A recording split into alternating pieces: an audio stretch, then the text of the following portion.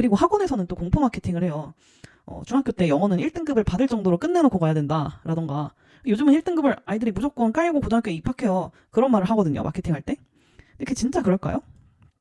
고등학교 올라가니까 3월 모의고사나 연습시키고 고등학교 모의고사 연습을 시킨다, 그 학원 그만두세요 정말.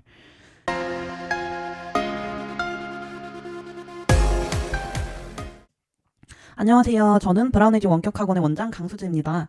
오늘은 중학생 영어 공부 어떻게 하는가에 대해서 이야기를 해보려고 하는데요. 오늘은 뭐 너무 각 잡고 설명회처럼 하지 않고 좀 그냥 이야기를 해보려고 합니다.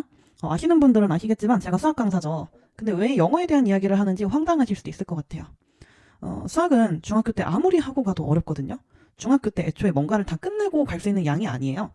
어, 그런데 영어는 중학교 때 어떻게 공부를 했는지에 따라서 고등학교 때 내신을 공부하는데, 그리고 수능을 대비하는데 영어가 좀 수월할 수도 있어요, 많이. 그래서 오늘은 영어에 대한 이야기를 해보려고 합니다. 먼저 저희 공부방에 상담 오시는 많은 학부모님들 그리고 학생들이 어떻게 공부를 해왔나요? 라고 물어보면 제대로 대답을 못 하시거든요. 그러니까 그냥 단어를 외우고 중학교 내신 때는 내신 대비를 하고 문법 공부도 조금씩 해봤고 모의고사 풀면은 뭐 60점 정도는 나오는 것 같아요, 그렇게 말을 하거든요. 근데 저는 그 얘기를 들을 때마다 항상 생각이 들어요. 그러니까 중학생이 모의고사를 왜 풀죠? 그러니까 그 60점 받는 게 아무 의미가 없어요. 매년 문제가 출제되는 경향이 조금씩 바뀌거든요. 그럼 이 학생이 수능을 볼 때까지 4, 5년이 남은 거잖아요. 경향이 어떻게 바뀔지 일단 몰라요. 지금 모의고사 성적을 올리기 위해서 막 모의고사를 세트별로 풀면서 시간을 어떻게 줄일 수 있을까? 이 유형은 어떻게 접근을 해야 될까? 그거를 지금 공부하는 단계가 아니거든요, 중학생이면. 물론 그 정도 실력이 있다고 하더라도 그걸 굳이 공부를 할 필요가 없어요, 지금. 매년 출제 경향이 바뀌기 때문에 6월 모의고사와 9월 모의고사를 통해 수능이 어떻게 출제될 것이다라는 걸 조금 보여주고, 그렇게 되는 게 수능인데, 지금 당장 고3 모의고사를 풀어서 65점을 받았어요 하는 게 무슨 의미가 있죠?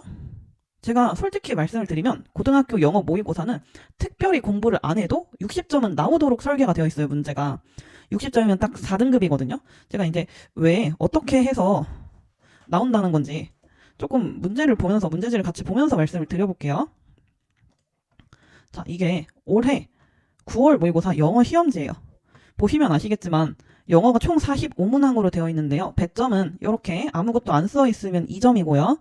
3점이라고 쓰여 있는 문제들이 있거든요. 이렇게. 그래서 총 100점이고요. 원점수는 1번부터 17번까지는 듣기 평가예요. 그리고 18번부터가 이제 우리가 아는 독해 문제라고 생각해 주시면 되거든요. 그러면 애들이 몇 번 풀어봤을 때 1번부터 17번까지 맞추기는 아주 쉽거든요. 그냥 정상적으로 공부를 해왔으면 웬만하면 그냥 다 맞아라 하고 내는 문제예요. 17번까지 그래서 맞추면 한 30 몇 점 나와요.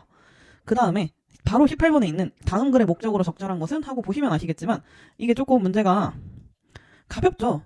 지문의 길이도 짧고 이게 뭐 약간 이메일 보내는 것처럼 되어 있기도 하고 편지를 보내는 것 같기도 하고 그렇게 되어 있죠. 요것도 다 맞아요, 공부를 했으면. 그러니까 조금 해서 하면 맞아요, 아주 조금. 그 다음에 안 해도 맞아요, 요 유형은. 참고로 다음 글에 나타나 얘의 심경 변화로 가장 적절한 것은 했어요. 얘도 지문의 길이가 굉장히 짧고 어휘가 굉장히 어렵지 않아요. 그래서 심경 변화, 대충 얘가 지금 조금 뭔가 안 좋은 것 같아, 그랬다가 갑자기 좋아진 것 같아, 그런 느낌은 우리가 있잖아요. 그래서 이것도 맞춰요, 애들이 그냥 풀었을 때. 20번부터는 조금 어려울 수도 있는데, 왜냐면 20번에 3점이 나오는 경우도 있거든요. 조금 어려울 수도 있는데 좀 읽다 보면은 아, 이런 느낌이구나 싶어서 또 맞춰요. 근데 요거를 틀린다고 하더라도 60점은 나와요. 왜 그런지 말씀드릴게요. 20번을 틀린다고 하더라도 이 다음 3페이지에서 21번부터 24번까지 중에 한 문제는 애들이 풀어서 맞추거든요. 그러면 어차피 뭐 20번부터 24번까지에서 5문제 중에 한 문제는 맞춘다는 말씀이에요. 그 다음 나머지는 찍어서 맞출 수도 있고 안 맞출 수도 있겠죠. 그 다음 4페이지에서는 틀리는 학생이 없어요, 그냥. 이 도표 내용과 일치하지 않는 것은 하고 되어 있죠. 이 그래프를 보고 이게 숫자가 더 크구나, 이게 숫자 제일 작구나, 여기 사우스코리아고 여기 저펜이고 여기 뭐 캐나다구나, 그런 것만 파악할 수 있잖아요. 그러면 맞출 수밖에 없어요. 이렇게. 이건 뭐 약간 안내문처럼 생겼죠, 행사하는데. 이거 틀리는 사람 있을까요? 고등학교 3학년 학생만 참여할 수 있다, 그런 말 써있나? 그쵸, 여기 3학년 고등학생 학생 오직 이렇게 되어 있죠. 그럼 이거 1번 맞는 거겠죠. 이런 식으로 그냥 찾으면 되기 때문에 아무것도 안 어려워요. 이미 그럼 내 문제 또 맞췄어요. 자, 이 5페이지랑 6페이지, 7페이지까지가 이제 관건이거든요.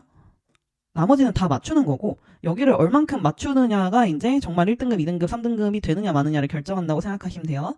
그래서 여기는 못 풀어요, 애들 그냥. 아무도 못 풀어요. 60점 되면 요건 못 푸는 거예요. 찍어서 맞출 수도 있겠지만.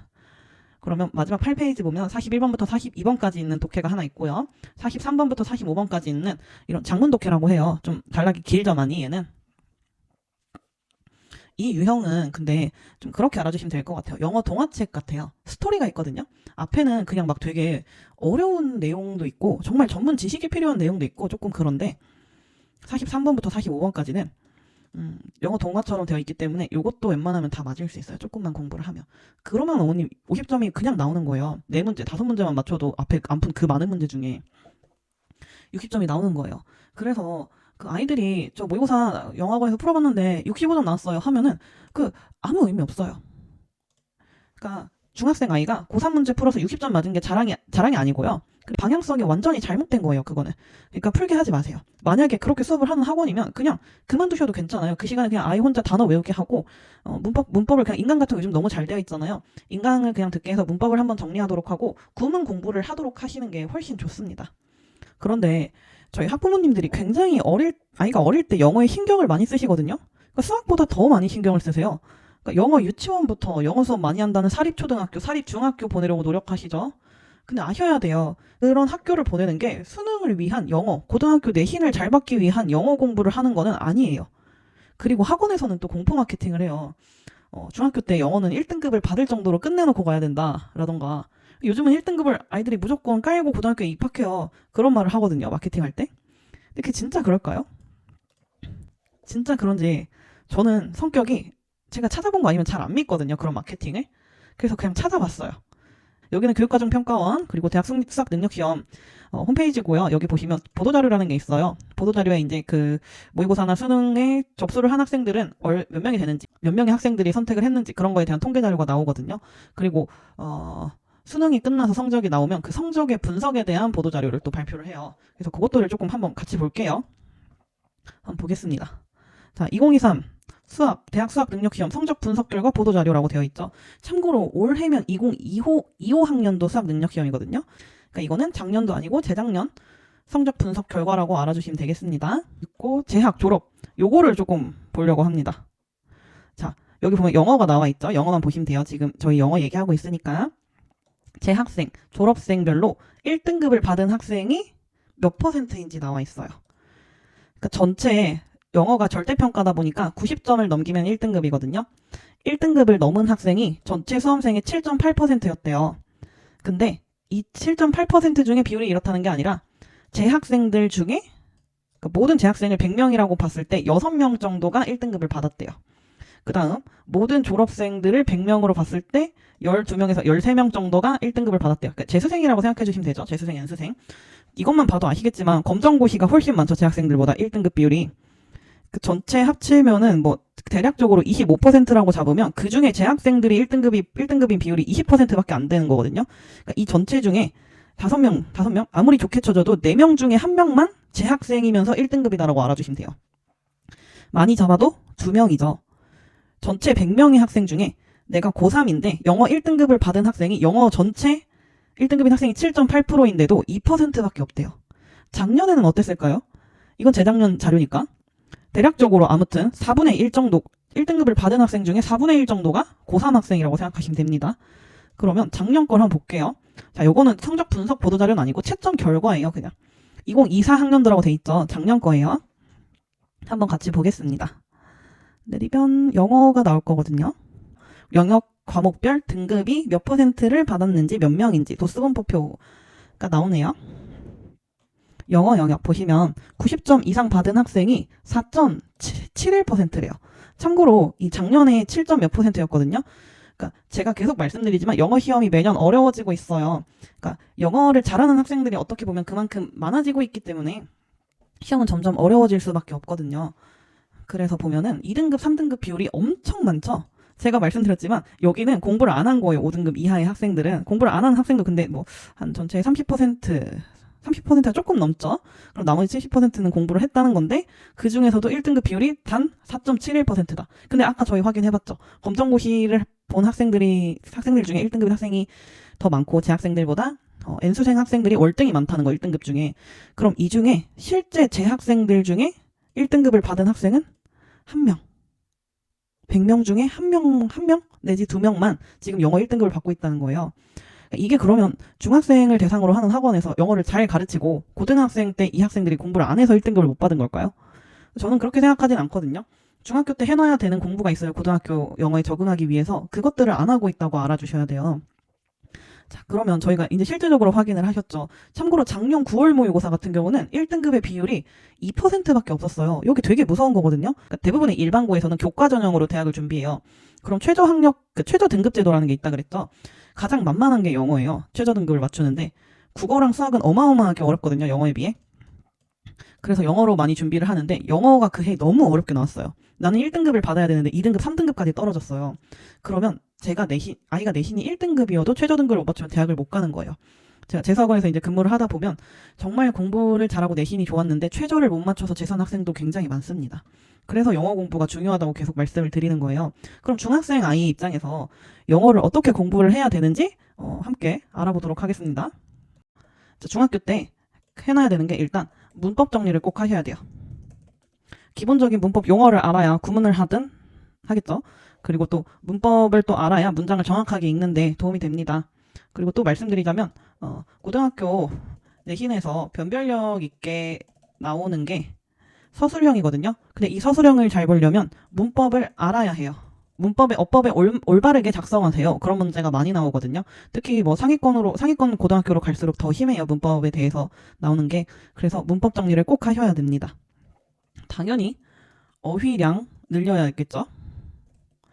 어휘는 학생의 수준에 따라 다르겠지만 영어를 조금 중학교 때 소홀히 했던 학생이면 워드마스터 중등 실력 정도부터 한 번이 아니에요. 이게 단어장도 이게 뭐 내가 실력했으니까 다음에 이제 고교 입문으로 가면 되겠지 그렇게 하는 게 아니라 그 어휘량을 늘리는데 이 어휘가요 되게 까먹어요. 학생들이 특히 이제 뭐 영어 별로 안 좋아하는 학생들 단어는 그냥 외우는데 다 까먹어요. 그런 말 하는 아이들 되게 많잖아요.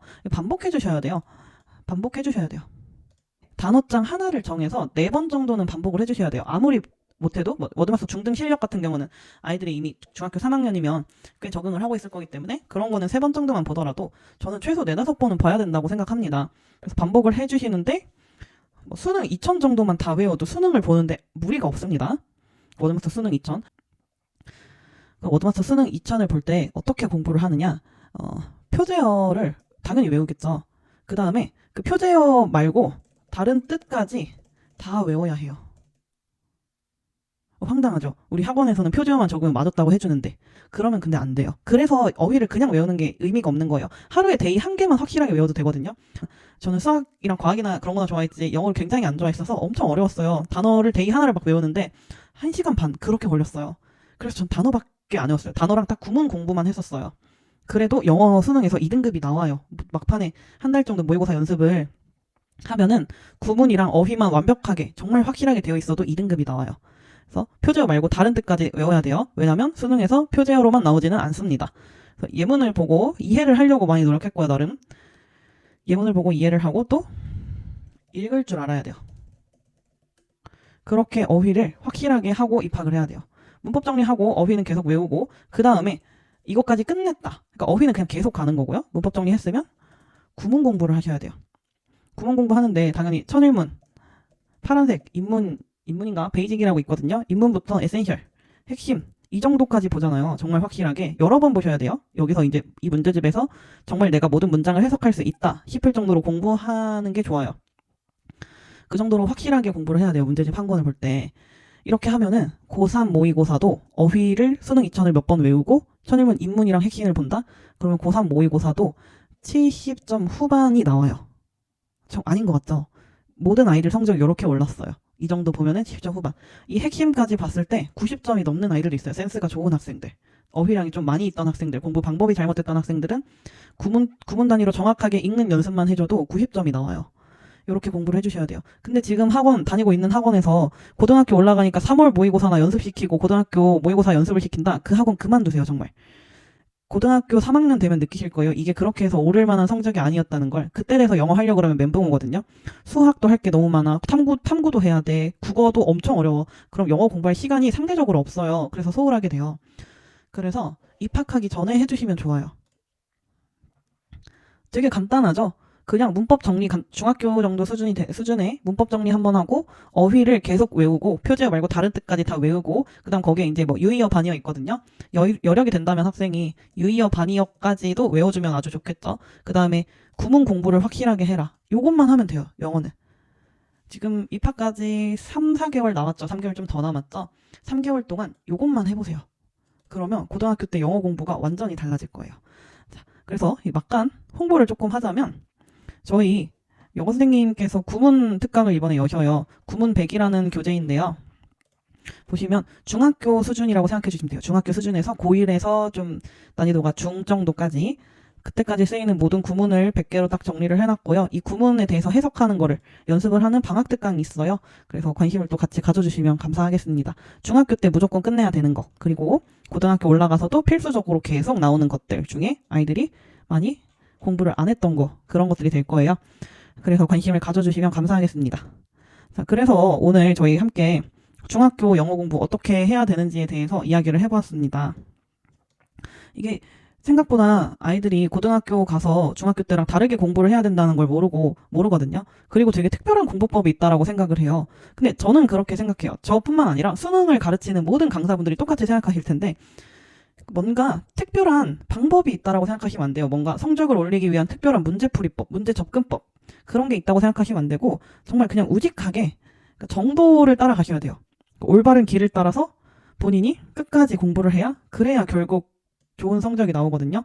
그래서 저는 저희 학생들이 조금 더 이상한 공부를 하지 않고 고등학교에서 실질적으로 도움이 되는 그런 공부를 하기를 바라는 마음에서 영상을 한번 찍어봤습니다.